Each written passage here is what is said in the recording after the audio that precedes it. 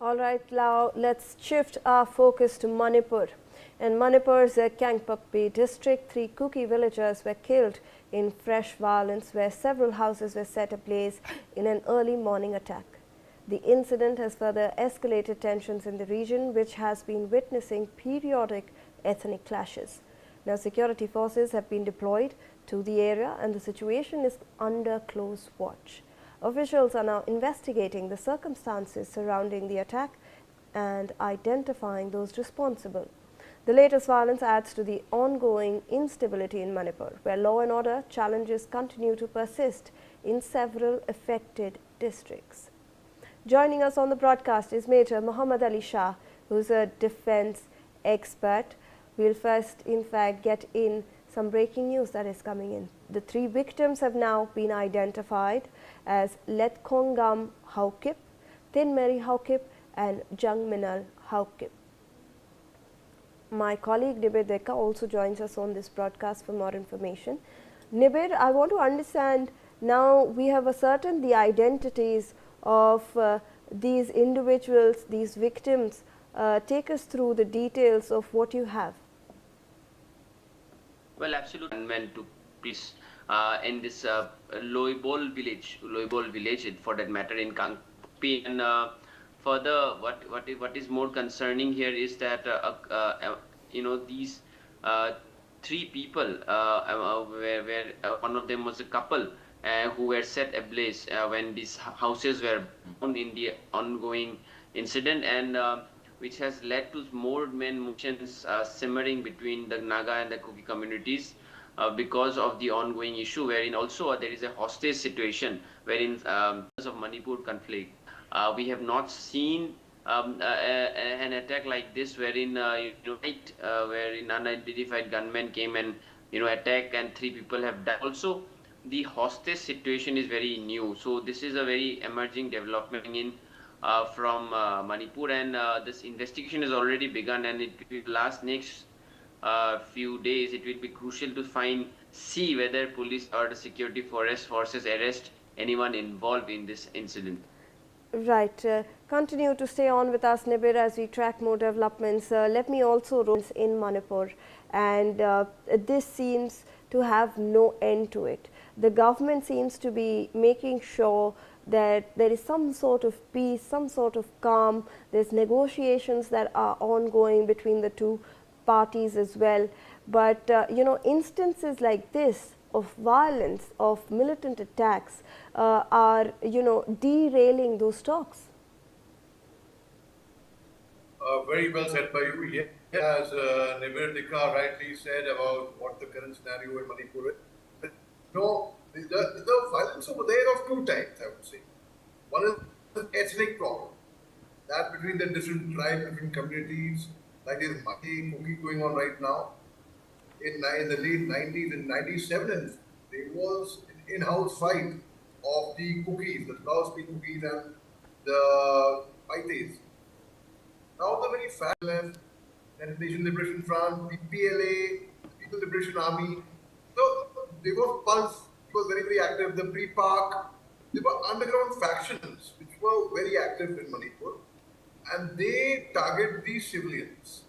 So the violence in Manipur, the very fact is, it is always a troubled state. I remember a beautiful state, but there has been violence over there from at least 90s was the first time I went to Manipur in my life.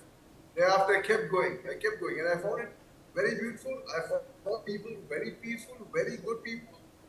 But because of this violence, it has become a troubled state, and people are scared, they fear, they ask, they're applying to people in Imphal, how is it? Is it safe? I said, it's very safe right now, there's no problem at all. What the government has been doing, yes, they are concerned, I will not deny that. But it's very important to form a peace committee where they go on ground to Manipur, talk to the local leaders over there, and that peace committee should be of people who are neither Maites, nor Kukis, nor Nagas, nothing. They're not originally from Bell, but I, for one, I volunteered. I tell, I can. Right, right. Major Shah, I'll come back to you, and I'll also talk about, the growing influence of, outsiders. That seems to be something that you've also touched upon in your narrative over there. But let me first introduce this piece of information that is flowing our way. A senior police official has confirmed that an attack by unidentified gunmen took place in Loibol Kulen village in Manipur's Kangpokpi district. Therefore, authorities are investigating the motive behind the attack and identifying those involved. So, Nibir, I want to understand, what are the authorities saying on this matter? We first earlier discussed how the Deputy Chief Minister has reacted to this. She has assured justice. But how is the probe ongoing in this kind of an incident? Because we are seeing the houses are being set on fire after, these victims are also we can say this was an attack on them. They are targeted, then the houses are set on fire. Obviously, violence, to another level, Nibir.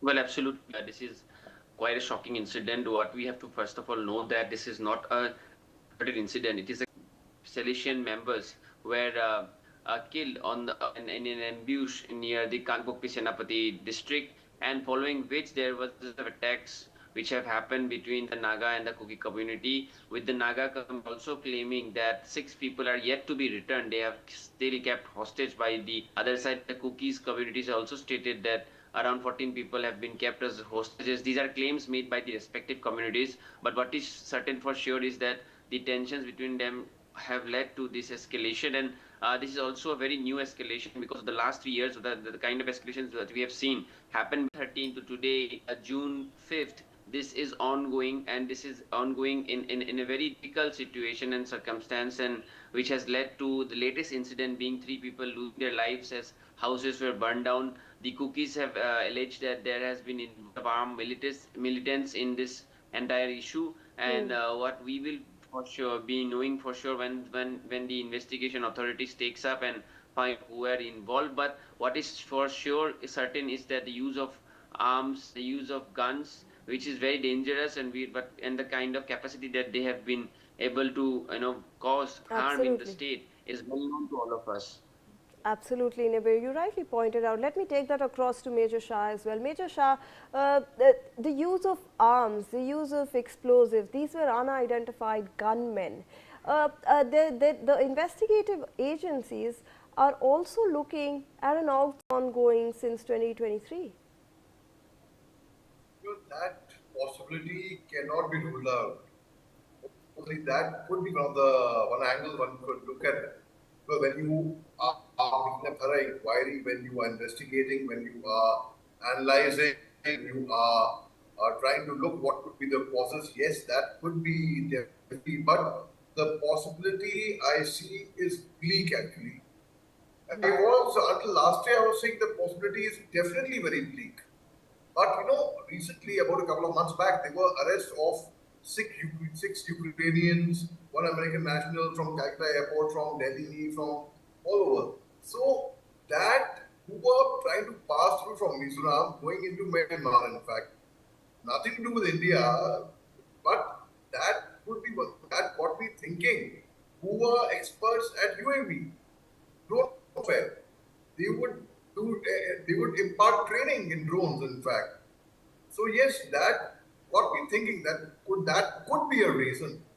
And because when we are investigating something, when we are trying to find out the root cause, we have to look at it from every single angle.